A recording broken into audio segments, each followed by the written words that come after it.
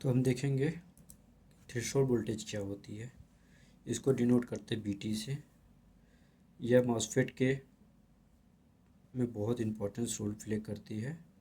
तो यहाँ देखेंगे हम मॉसफेट की थ्रेशोल्ड वोल्टेज क्या होती है। What is the MOSFET voltage? MOSFET voltage, it is called get to source voltage. Get to source voltage is threshold voltage. इसे BGST मतलब गेट टू सोर्स वोल्टेज भी बोलते हैं। अब ये अगर इसको वह न्यूनतम गेट टू सोर्स की वोल्टेज है जिस पर मॉसफेट के सोर्स और ड्रेन के बीच में एक कंडक्टिंग चैनल बनता है और ड्रेन करंट में बहना शुरू हो जाती है। इसे हम सरल शब्दों में कह सकते हैं कि बिल्कुल क्या है डिफिनीशन यहाँ देखें। It is defined as minimum gate to source voltage required to that device enter into on state. और इसमें देखिए अगर पी चैनल है तो उसकी वोल्टेज थ्रेशोल्ड वोल्टेज निगेटिव में होगी। अगर एन चैनल है उसकी थ्रेशोल्ड वोल्टेज पॉजिटिव में होगी, बट दोनों की मैग्नीट्यूड सेम होगी। वी टी हम कह सकते हैं बी टी इक्वल टू ये अपन बी टी पी, ये हम इसको कह सकते हैं। बाकी डिफिनीशन देख लीजिए कैसे इसको डिफाइन करेंगे। इसकी बी टी को डिफाइन करने के लिए हमें थ्रेशोल्ड वोल्टेज को डिफाइन करने के लिए हमें यहाँ पे ट्रांसफ़र कैरेक्टरिस्टिक्स आईडी और वीजीएस के बीच की देखनी पड़ती है, उससे हम इसको डिफाइन कर देंगे। अगर इसकी परफॉर्मेंस देखेंगे कैसे परफॉर्मेंस बहुत अच्छी होती है। अगर better than performance BT must be smaller, मतलब जितना छोटा होगा उतना अच्छा परफॉर्मेंस होगा। कि जैसे मान लें अगर हमें मॉसफेट स्टार्ट करने के लिए जितनी कम से कम करंट की मतलब कितने कम से कम वोल्टेज की चाहिए तो उससे स्टार्ट हो जाए, ये उसकी सबसे अच्छी होनी चाहिए ताकि डिवाइस कम गेट वोल्टेज पर ऑन हो सके।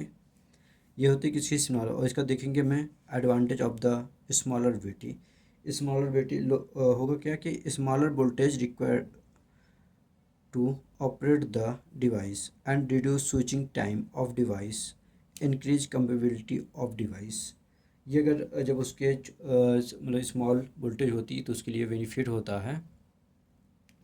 अगर हम एक लाइन में कहना चाहें threshold voltage is the minimum gate to source voltage required to turn on a MOSFET. इसको हम एक सिंपल लाइन में भी कह सकते हैं। आगे हम देखेंगे इसकी इक्वेशन क्या होती है। जैसे इक्वेशन इसको देख रहे हैं क्या इक्वेशन यहाँ पे इक्वेशन देख सकते हैं फॉर एन चैनल के लिए V T equal to V T O plus R under root two Q plus V S B minus two Fermi voltage. तो अगर यहाँ पे देखिए आर क्या है, आर क्या fabrication process of the parameters. अगर आर की वैल्यू निकालें तो यहाँ से निकाल सकते हैं टू, यहाँ क्यू चार्ज है एन ए अपन प्रोबेबिलिटी अपन को एक्स। अब यहाँ देखेंगे एन ए क्या है, एन ए मतलब यहाँ क्यू मैंने चार्ज है, एन ए क्या है doping concentration of fee type. यह फर्मी वोल्टेज है। और बी एस जो हम देख रहे हैं यहाँ पे वी एस बी क्या है, बी एस बी क्या सबस्ट्रेट वोल्टेज और बॉडी वोल्टेज। टी ओ क्या है कि टी ओ यहाँ जैसे टी ओ बताया ना, टी ओ क्या है कि threshold voltage. What threshold voltage जब सबस्ट्रेट वोल्टेज जीरो हो जाए या बॉडी वोल्टेज जीरो हो जाए।